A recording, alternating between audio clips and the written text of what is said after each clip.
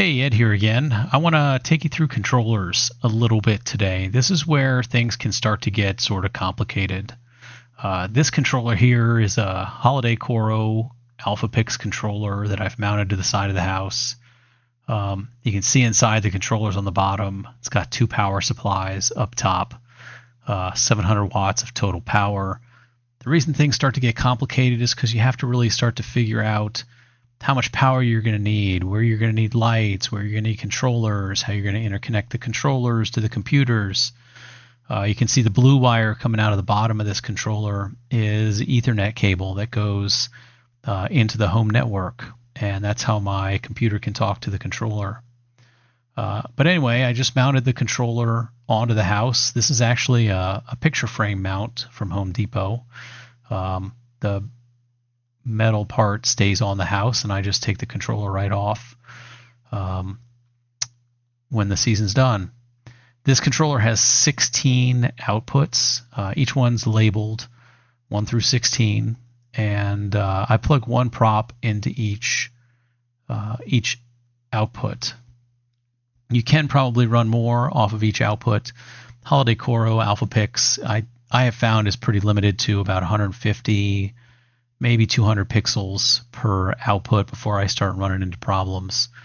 So I use one output per, and you can see I've got all those bats and spiders and all the Windows surrounds, and everything is wired into that controller. I did find these nice white wires on, I think, AliExpress. I think they came from the Ray Wu store on AliExpress. Most of what you find here is black, but black wires from most of the local vendors, but the white looks nice because it hides. Again, blue wire is the Ethernet, connects into the home network, so everything can communicate. Now, if we go back out to the yard and we look at these giant pumpkins, each one of these has 350, 400 pixels. So for these, I use a more robust controller that's capable of more pixels per output. This is a 16 output Genius controller. It new to me this year. I have two of them in the show. This one runs all the props out in the yard, just these props, the 3 singing faces and the 8 tombstones, but 16 ports. And because I can support so many pixels per output, I can plug a pumpkin or the Christmas trees for Christmas into a single output and drive that whole tree off of that one output. All right, the Mega Tree and the Mega Tree controller. This thing has 2,800 pixels, 28 strips of 100.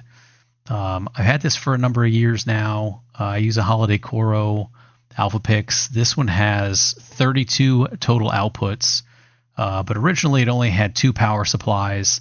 I added a whole other box with 2 more power supplies so that I've got 1,400 watts.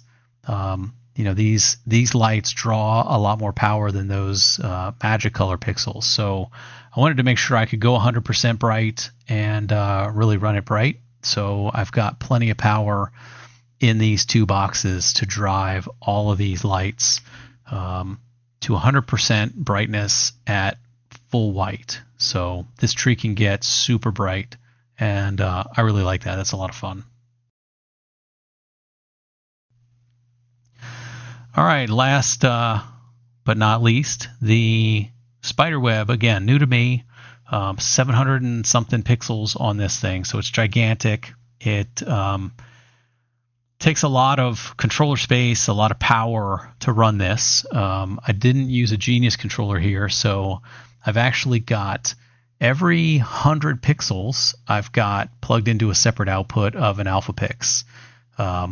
So there's 7 of these white extension wires that come off of this Spiderweb, and they run over to that AlphaPix controller that I mounted to the house. This, is just an easy way to do this without buying another controller. When I added the Genius, it gave me an extra AlphaPix that I used to use in the yard, so I popped this one on the house and I use it for the Spiderweb. You just have to think through what you're putting where, and again, how much power it needs and how you're going to wire everything up.